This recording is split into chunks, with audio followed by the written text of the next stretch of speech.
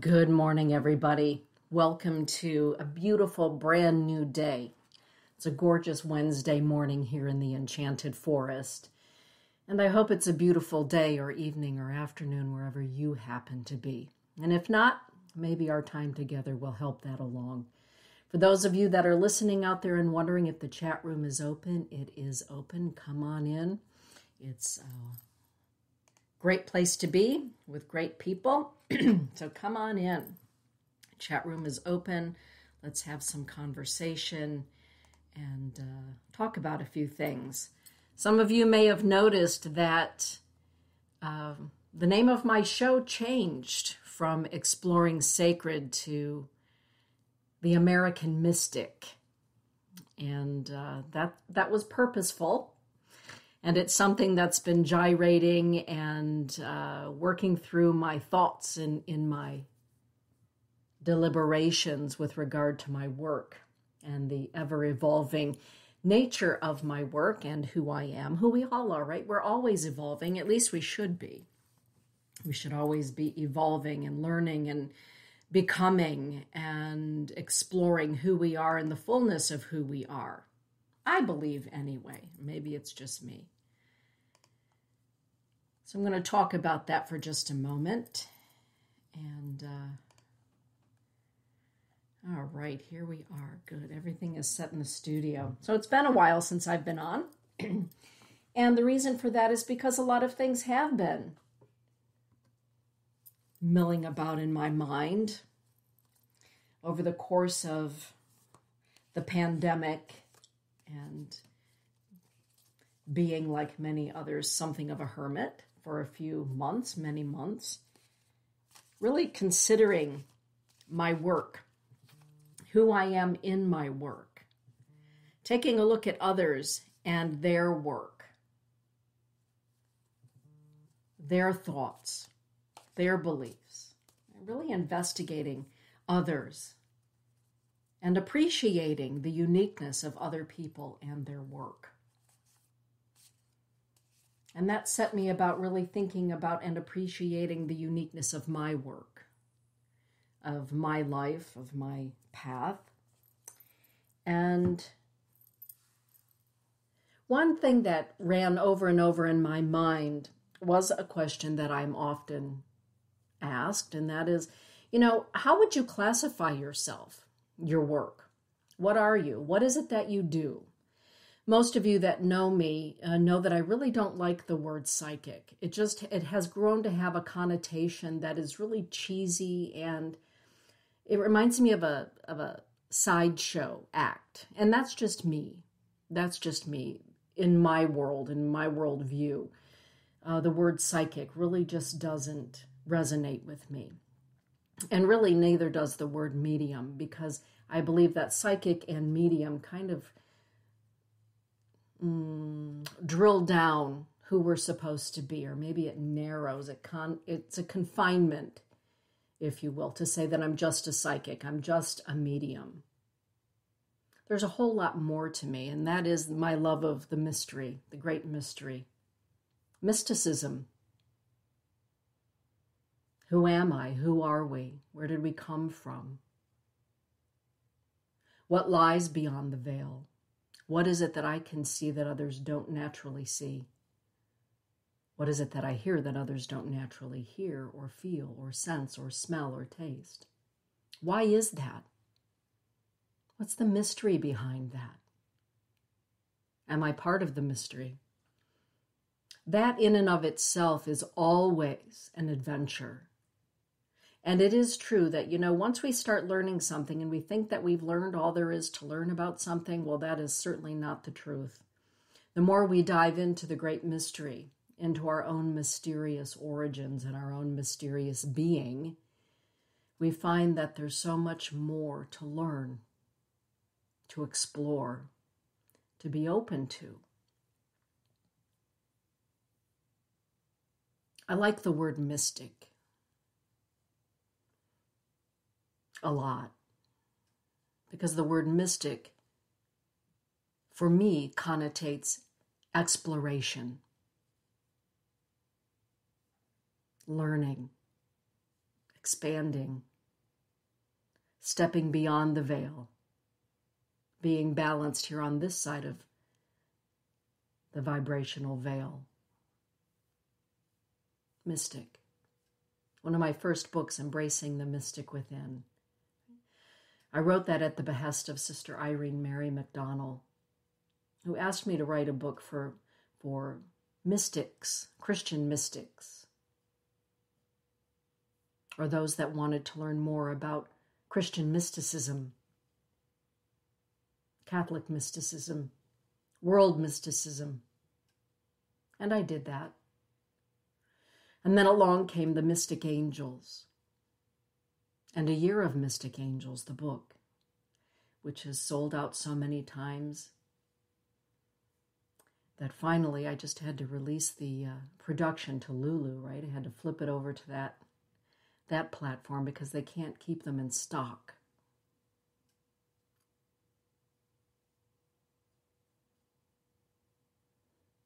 The Mystic Angels of Enchantment, Magic. A book of enchantments with the mystic angels of light. Mystic, mysticism, the mystery. And we all experience the mystery in our own way.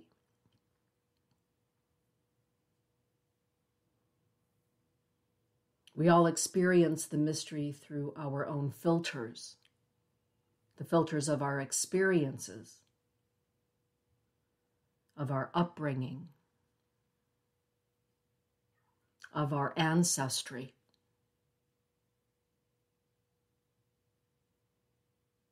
Mysticism is a very unique path. Being a mystic is a very unique path. There's not one set of dogmas. It's not a religion. It's an experience.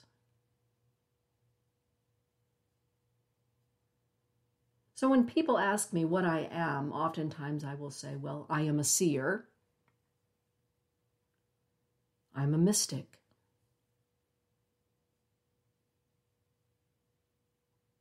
Well, what kind of a seer or a mystic are you? And that really got me to thinking these past many months. So that's a good question, Dana. What kind of a mystic are you? And with regard to the question, they're asking me, are you a Celtic mystic? Are you a Native American mystic? Are you an Irish mystic? What kind of a mystic are you? Are you a witch? No, I'm not a witch. Some might call me a witch, or what I do, part of the craft. Do I practice Wicca? No. I'm a mystic.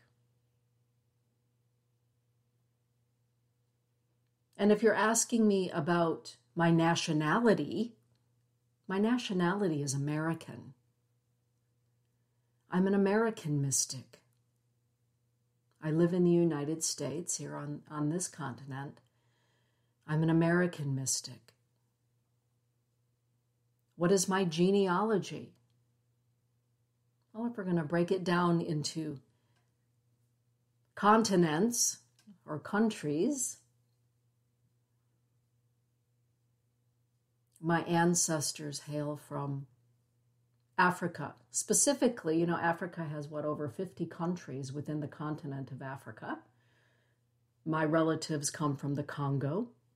They come from Madagascar. They come from Nigeria. And I honor them. I honor all of them. Many of them arrived here at the shores of the United States hundreds of years ago.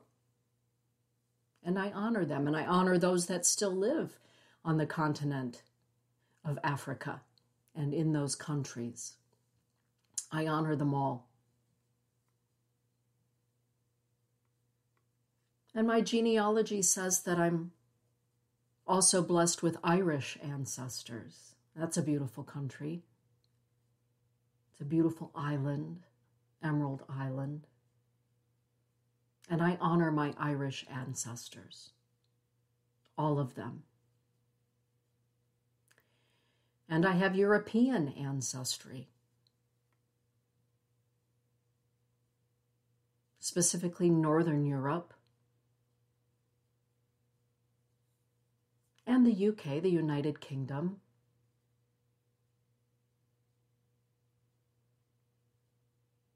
Which includes England and Wales and the Netherlands, Belgium.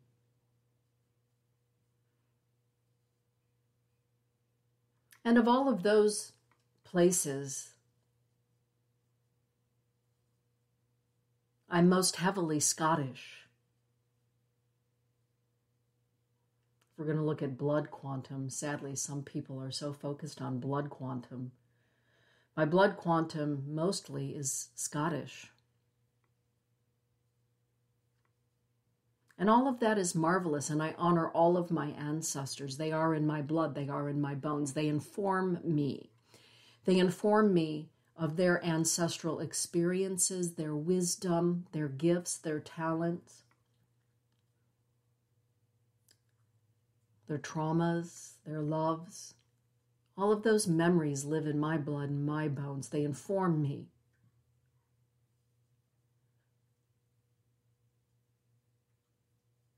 And all of that resides here with me in America. And part of my ancestry are the indigenous people of this land, who mixed and melded with all of the other ancestors from Africa and Europe and Ireland, the UK, that came here 500 years ago. An amalgam of ancestors, of bloodlines, African and European and Irish and Native American. And that conglomerate is me. And I honor all of it, not to the exclusion of any of it. Some people are multiracial, multinational, call it what you will, right? They're a multiplicity of colors, multiplicity of ancestors, cultures. And some choose to focus on one and negate the others. That's fine. I mean, that's obviously an individual choice. I like all of the colors of my rainbow, personally. And I honor all of the colors of my rainbow. The black and the white and the red. As they say. And all of the traditions. The indigenous traditions of my ancestors. And they're all here with me in America. What do we do with that? That's a question that we Americans sometimes ask, right? So what are we supposed to do with that, Dana? I'm this and I'm that. I'm all of this. And I don't like that part of me. Good morning, everybody. Hey, Susan Q. Brown, Angie, Danielle, Sonia, Kelly Spencer. Hey, Katie. So here we are in America with all of the colors of our rainbow, right? Some people are more heavily one thing or another, but most of us are kind of colorful in our ancestry. So I've come up with the term for myself because people like terms, right? Human people like terms. So what I've coined myself is the American mystic. I'm an American mystic. I'm an American mystic.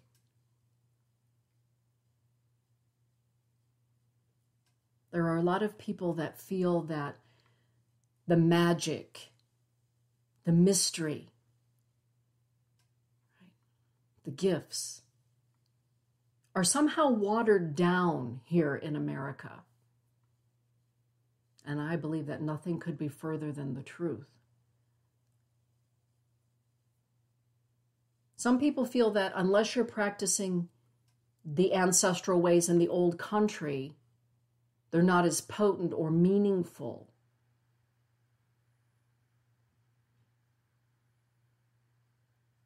And I don't believe that that's true either. I love the fact that we can be an amalgam, a conglomerate of all of our ancestors, and to be able to bring it here to this continent. I think about my African ancestors, those from the Congo, from Nigeria, Madagascar,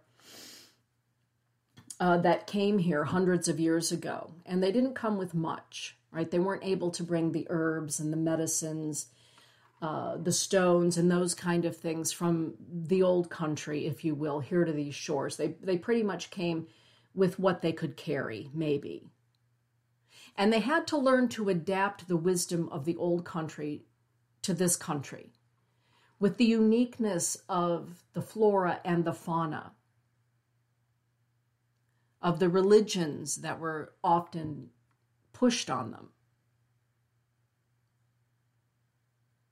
It takes a lot of strength to be able to travel across the pond with very little and to pick up and to recreate. It's called the diaspora or diaspora, the diaspora of the African people, the diaspora of the European people, those that scattered. I think of my Irish relatives who came here with very little, most of them. And they adapted to the crops and, again, to the herbs and the medicinals and the things that they could find here on this land.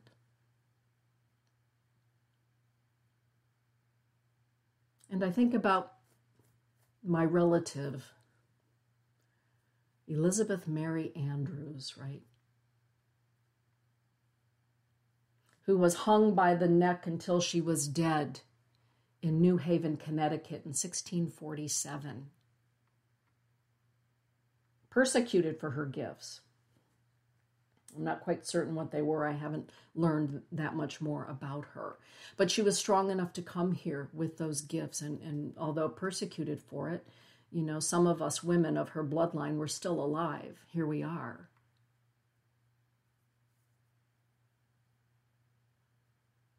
And of course, my relatives that were always here. We call them the Creek and the Cherokee and the Seminole people of the southern states.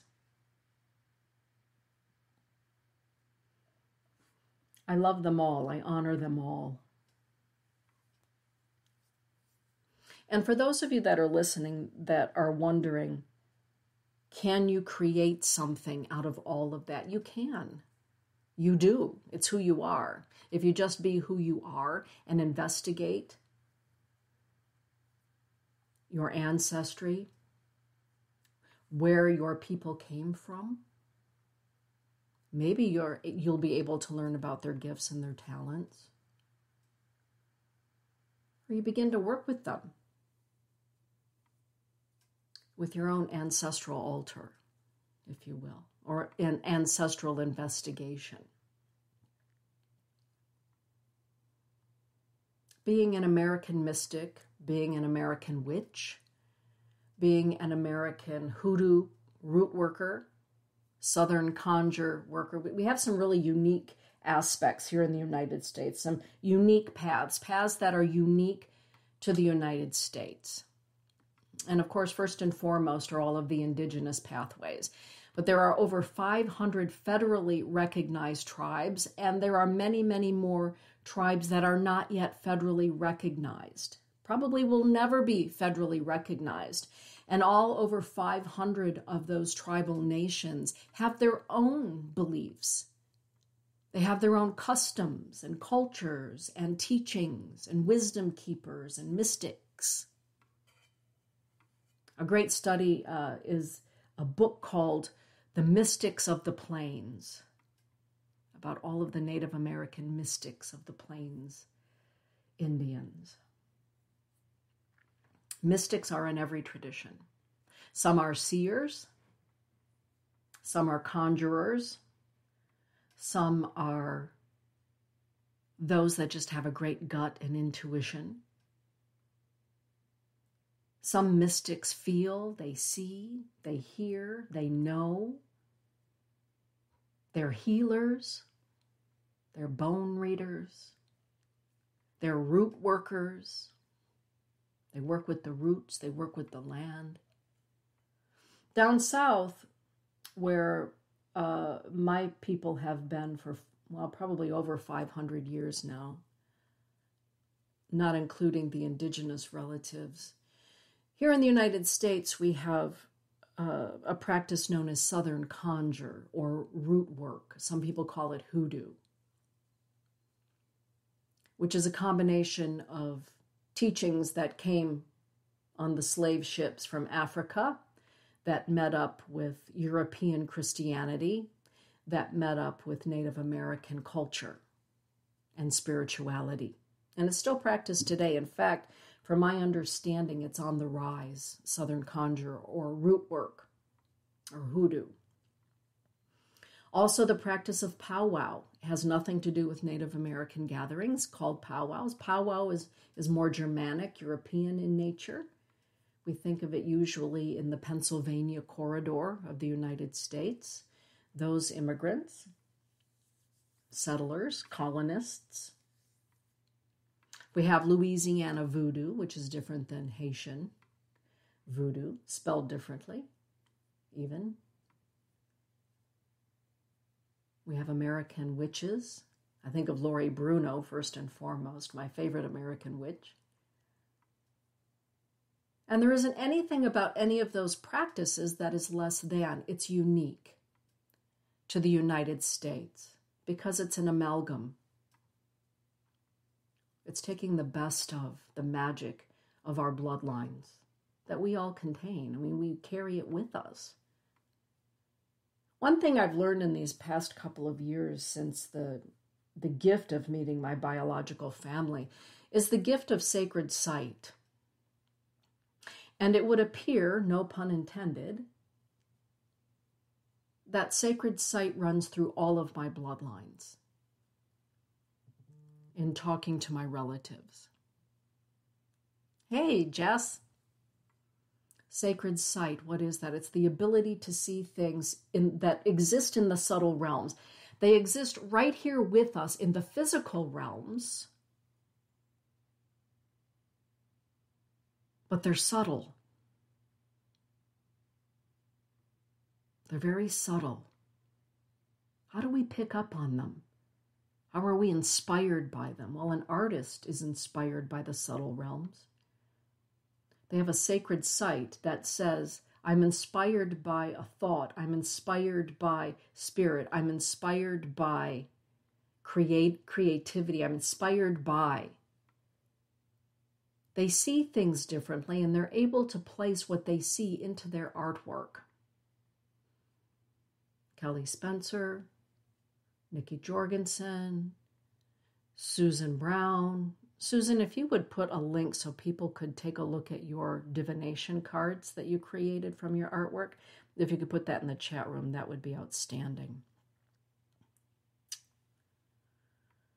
Yeah, Susan, I met her the first time working up in New Hampshire with Sandra Herrick, and Susan was kind enough to invite Sandy and I to teach at her amazing mountain home, her home there in the mountains. And that was quite an astonishing evening.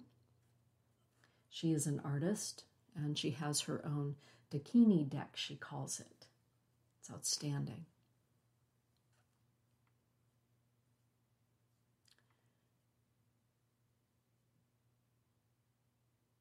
Sacred sight is something that some of us are born with. I had this great conversation the other evening at Kelly's house. Some of her relatives, her beautiful relatives, were in from Wisconsin. And her young cousin asked me, so when did you first know? When did you first know that you could see or that you were different? What was that like? I remember as a very young girl, I remember as young as 5, seeing faces of people, seeing whole people that other people apparently could not see. I didn't quite understand why other people didn't understand what I was going through, and I didn't quite understand why other people couldn't see what I was seeing, but nevertheless, I persisted. I persisted. And I believe that actually it was my ancestors all along that helped me to persist. I didn't understand it, of course, at the age of 5. But now that I'm older, I believe that it was my ancestors that helped me to persist in this lifetime.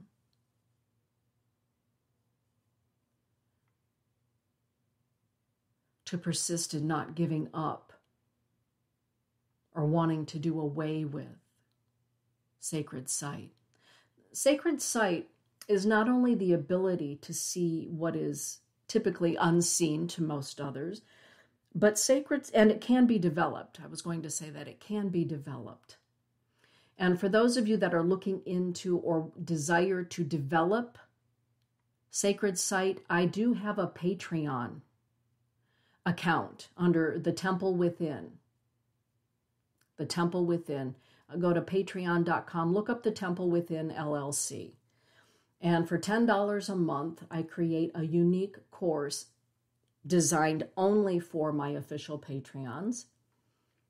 And this year, I'm dedicating the study to enhancing your unique abilities. So it's like a half-hour, 45-minute class usually, sometimes a little less, sometimes a little more, every month for $10. $10. And only Patreons get this class. It's done by webinar, of course. Sometimes it's a recording without video, but to help people develop these skills. I believe we can all develop them more fully and correctly in a good way. When we're born with sacred sight, the best we can hope for is that we either have parents that help us understand it, to groom it, or we hope and pray that somebody comes along to help us understand sacred sight. And for me, that came in the form of Father Phil Shangra at the Archdiocese in Grand Rapids, Michigan. All those years ago, oh my goodness, almost 30 years ago, I put out a clarion call. Father Phil Shangra at the Archdiocese answered the call. So did Sonia Choquette. I had a wonderful visit with Sonia Choquette in her home in Chicago, on the north side of Chicago. And of course, Sister Irene Mary and all of the good sisters that helped to groom me. And since then, many teachers have helped me. And I desire to be one of those teachers for other people. Because it can be developed, but it needs to be developed safely and in a good way. It boggles my mind when people think that they can have a great experience with sacred sight by blowing their pineal gland wide open with hallucinogens. Oh, it'll give you some sight. I'm not sure that it's going to be sacred. But to each their own, right? Anyway, as my friend Pinky says on TikTok, focus. That's not what we're here to talk about today. Sacred sight also means that you have the ability to look at any given situation using your intuition, using the wisdom that you've gained in your lifetime to see something greater, to see the bigger picture. Doesn't mean the picture's always going to be rosy. But having sacred sight means that we can take a look at a situation in our lives and sit with it for a moment. Or as my sisters, Del Marie and Barbara, typically say to me, just sit with it and pray about it. Be with it. And the sacred sight kicks in, and you begin to understand something larger is happening. Something bigger is happening.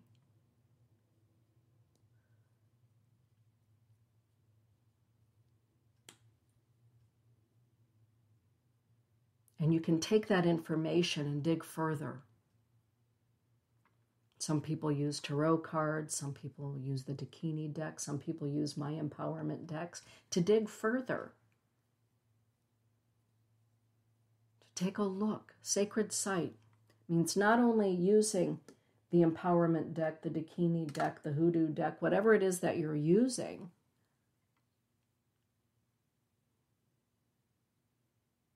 to work in concert with intuition, clairsentience, claircognizance, clear knowing. That's the focus of the July class for Patreons. I release the classes on the very last day of every month. A skill at the end of the month, so that with the beginning of the next month, there's a new skill, a new something to go into that month with. Claircognizance, clear feeling, clear knowing, clairsentience, claircognizance, working with clairvoyance and clairaudience. Working all together. It's kind of like being an American mystic, right? It's like working with all of the parts of ourselves, because when we work with all of the parts of ourselves, with all of our genealogy, we're the full package. We're the best of.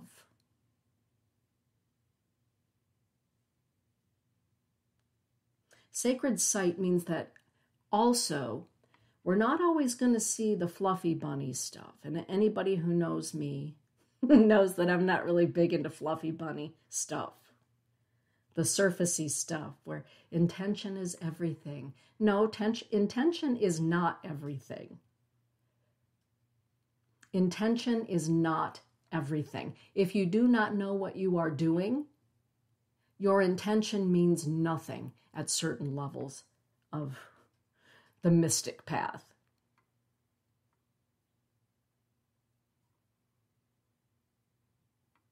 Intention is a great good thing. The intention to harm none, that's a great overall intention. The intention to work on behalf of the light, the intention to spread love. But when we are working as mystics and we're in the dream world, we're walking the dream world, we're walking the inner plane, we're walking in the underworld. You better know what you're doing, because intention to go in and have a great experience or do a certain thing here or there, that you need a little bit more than that. But I intended to do good. I intended to. No, you need to find a teacher.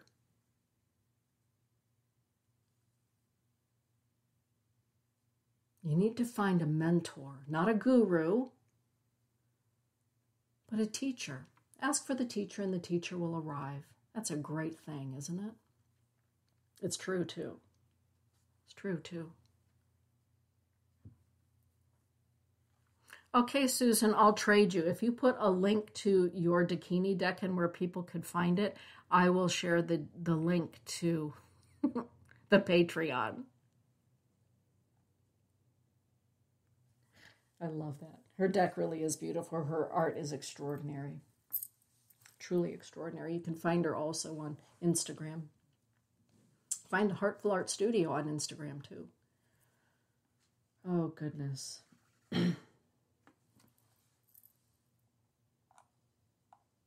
One of the best ways to work with sacred site or with your third eye, we'll just call it the old third eye, the ajna, that wonderful eyeball,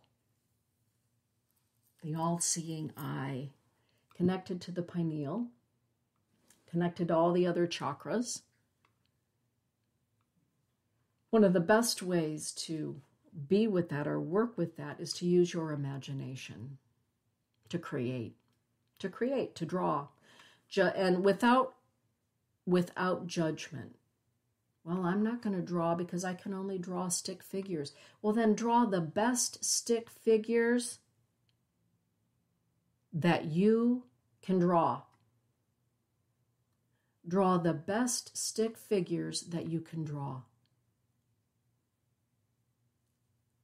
It's just between you and your third eye. But allow your imagination to draw stick figures as you want to draw stick figures. Use your imagination. Imagination is a key component. It's a key component to sacred sight. Because not everything that third sight or the sixth sense is going to show you will your humanness or your human experience understand. Not everything that your third sight will see will make any sense to your human experience. It can be mythological in nature, spiritual in nature, alchemical in nature, ultra-terrestrial in nature, cosmic in nature. It can come from the realms of pure light and sound, and it can come from the depths of darkness.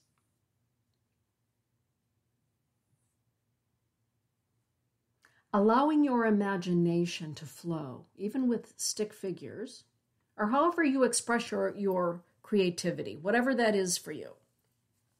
Maybe you're one of those people that likes to move the furniture around in the house because you like to see it placed differently and you like the feeling of having the sofa in a different place.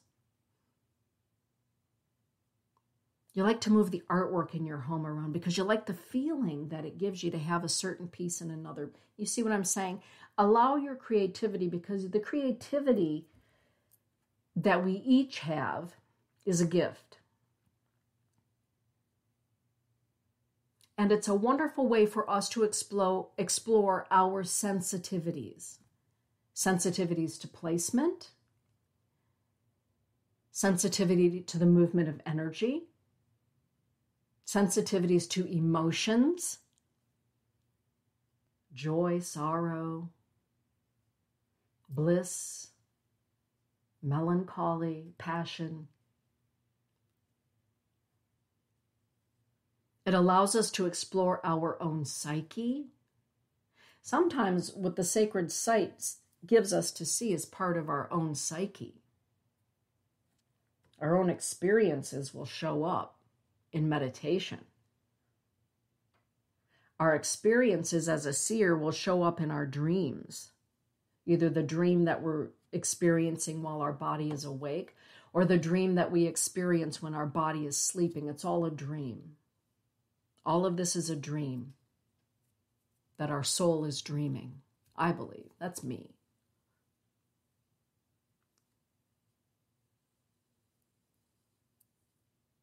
Give credence to your creativity. Maybe you're a gardener. Maybe you need to get creative in your garden. My garden is doing so well. I have carving pumpkins growing. I have white pumpkins growing. I have little tomatoes, big tomatoes, a couple of kinds of sunflowers, wildflowers, garlic. I have probably, 10 gardens here at my home. Gardening is one of my greatest gifts. If you want to expand your ability to see, keep some plants in your house. Garden outdoors. Because the more familiar you become with the plants in your home, or the plants and the flowers and the trees outdoors, they begin to see you. It is true that when the seer begins to see with a sincere heart, with compassion, all that is to be seen begins to see the seer. In other words, a lot of my trees here in the forest, and there are hundreds and hundreds and hundreds of the trees, but some of them I've given names to. There's Curly, there's Eileen. And Todd knows when I say, oh my gosh, I think Curly needs a little pruning. He knows exactly what oak tree to go to. Right? And you begin to have this relationship, and pretty soon you begin to see things because the trees, the flora, and the fauna will begin to share with you images, thoughts, feelings, intuitions.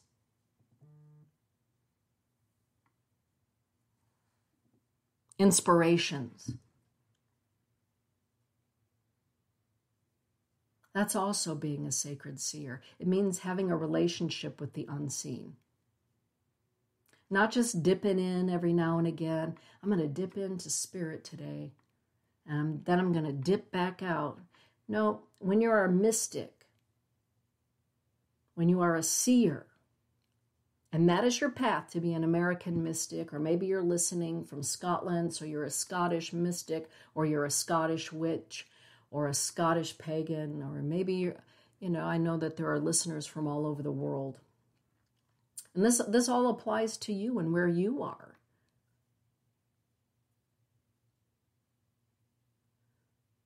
Being a seer, being a mystic, wherever you are, doesn't mean we just dip in and dip out. It means pretty soon we have one foot in both places, and we maintain a balance so that we don't miss out on what's to be seen in both.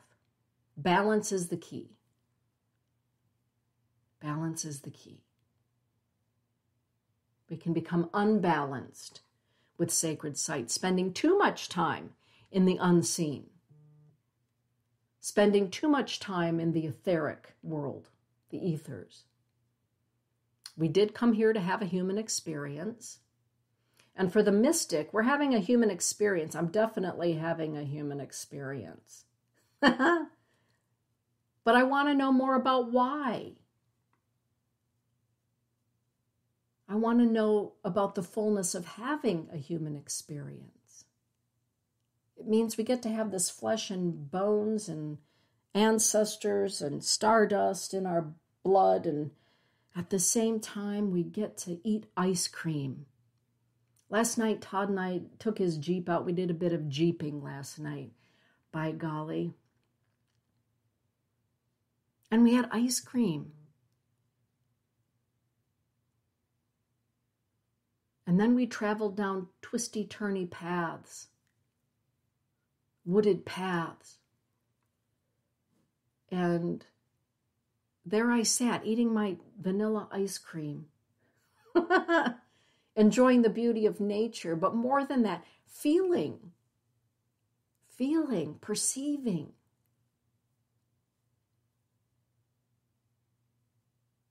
Having gratitude.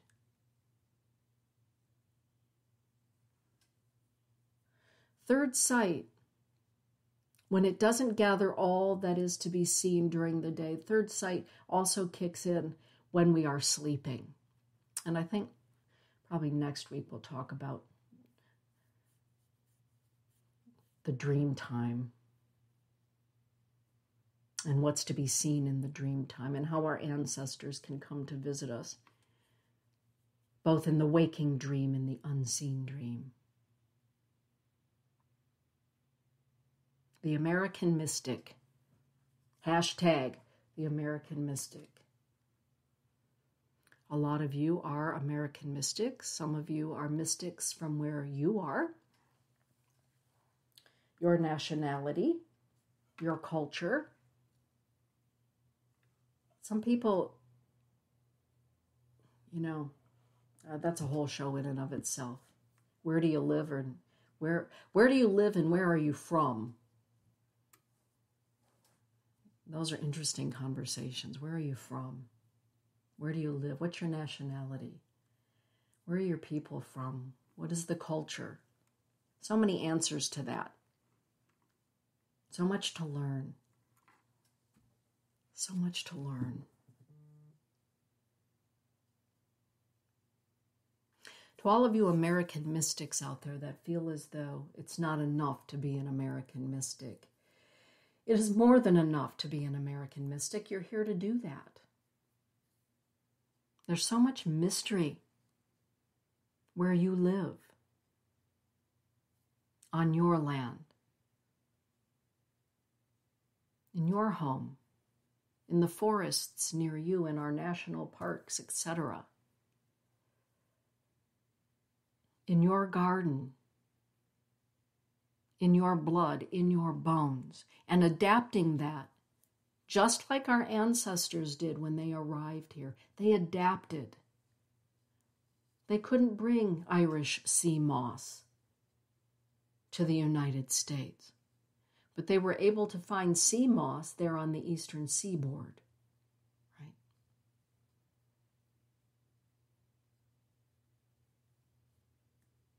Our African relatives weren't able to bring the herbs of Africa, of their home countries of the Congo and Nigeria.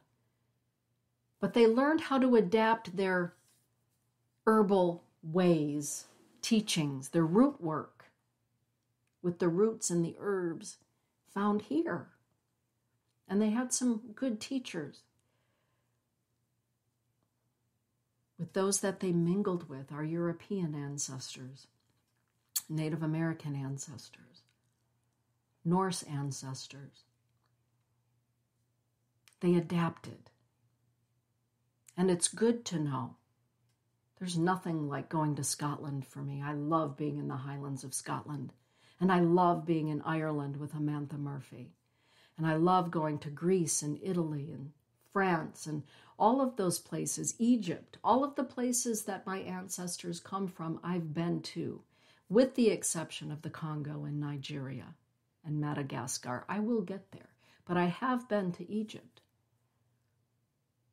And I can't stay in those places. I can go for a visit. I can touch those roots. But ultimately, I bring all that I touch home with me, in me.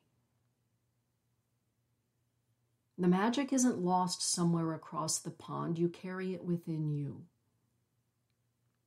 You carry it within you.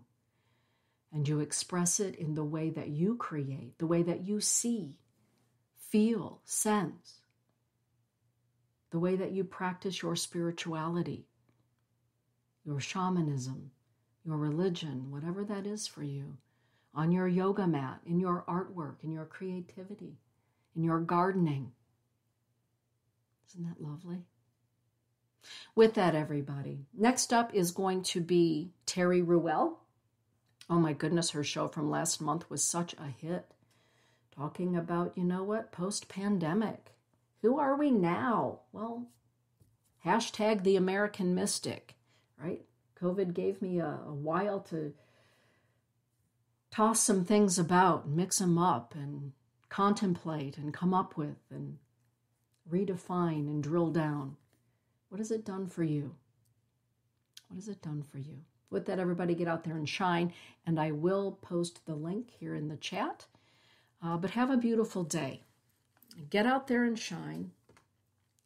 Be you.